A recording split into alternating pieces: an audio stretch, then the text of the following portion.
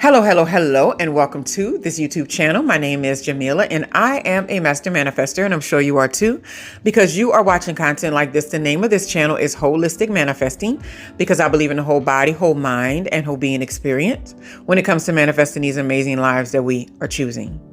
What I'm discussing in this video is the idea of giving people enough rope to hang themselves. So what I mean by that is not in a literal sense, right?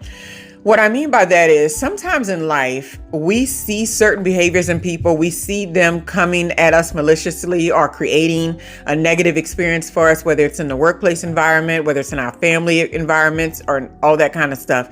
And what we normally do is we try to jump in and confront people with things. It's like, why would you do that? Why would you do this?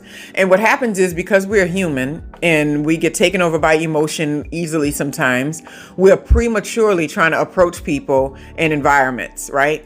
I can think of clearly one with this, like, I'm jumping ahead.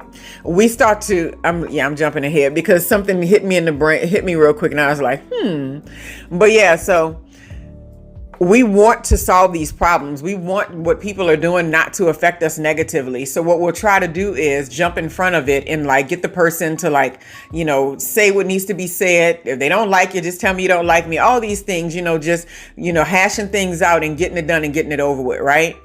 But I'm a firm believer in the idea of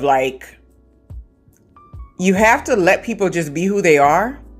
And at some point, they're going to do enough. If they are trying to damage you or trying to damage your environments or trying to damage something, they will do enough that damage is going to go right back to them. Only in us absorbing that energy and information from them do we take on the negative aspects and the negative outcomes. But if we allow them to be in their own little negativity, to be in their own space, and to create their own little misery and create their own nonsense, at some point, they will get to a place to where they have used all of that, what they were trying to push on to you, and it will come right back onto them. And this is not something you wish for, but you can't control what energy other people are putting out there, right? And so I think about this all the time. We're raising my daughters and just co-parenting and stuff. And there was always something malicious being done, always something to try to play with my time and my energy and to just be seen, to just, to have some kind of negativity happen and just to create drama. It's always something right from the other end. And this is not just that person. This is the whole family, everybody on the other end. Always something being created and done that way, right? To affect me in some kind of way, just to be a presence in my life. It could never just be easy and clean, right? It always had to be something. But what happened was, at some point, I stopped fighting against certain behaviors. I stopped addressing them. I stopped even saying anything about them.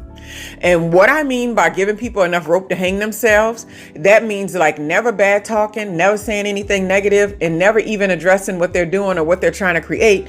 And then your children actually seeing it for what it is. And they're just coming to you one day and saying, this feels like manipulation. This is what happened. Blah, blah, blah, blah, blah, blah, blah. And you're just yeah. And then you see them not being interested in certain events and environments and certain connections. And you don't even have to tell them nothing.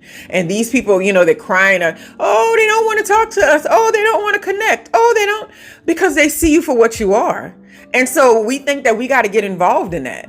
I don't have to do anything. I don't have to tell them they're acting like this and this is what manipulation is. I don't have to do any of that. I just have to stay in my lane, raise these children right, give them a good mindset of being a winner, of having clarity, of knowing when they're wrong, owning things, being accountable, being responsible, and all that. And they're going to start sniffing it out in other environments.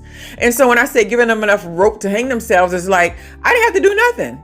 And you eventually got a taste of what you've been putting out there. I have to do nothing. And that's what so many of us do not understand.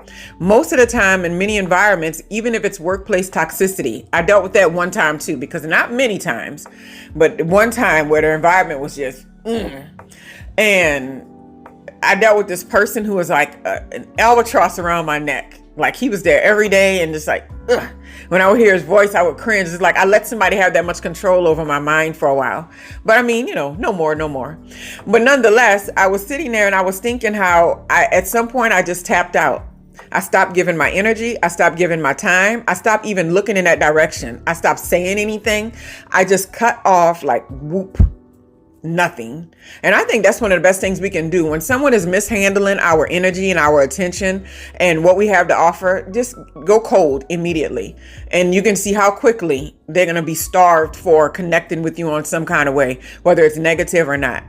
And when I tell you, this little person had me dragged into little meetings with HR and stuff, and, trying to get me to be a witness to something that I didn't witness with them and somebody else.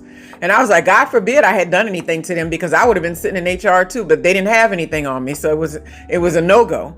But when I tell you, I didn't do anything anymore. And after I left that environment, this person literally hung themselves. And I didn't even care about it. Somebody who used to work there sent me a message and said, oh, guess so-and-so got let go. I'm not surprised, because that's what they need. They need somebody to just let them fully act out who they are. And then they're going to get a taste of it finally. And by that time, if you don't interact, if you don't absorb any of that, they'll get all of that energy that they put out there towards you right back at themselves.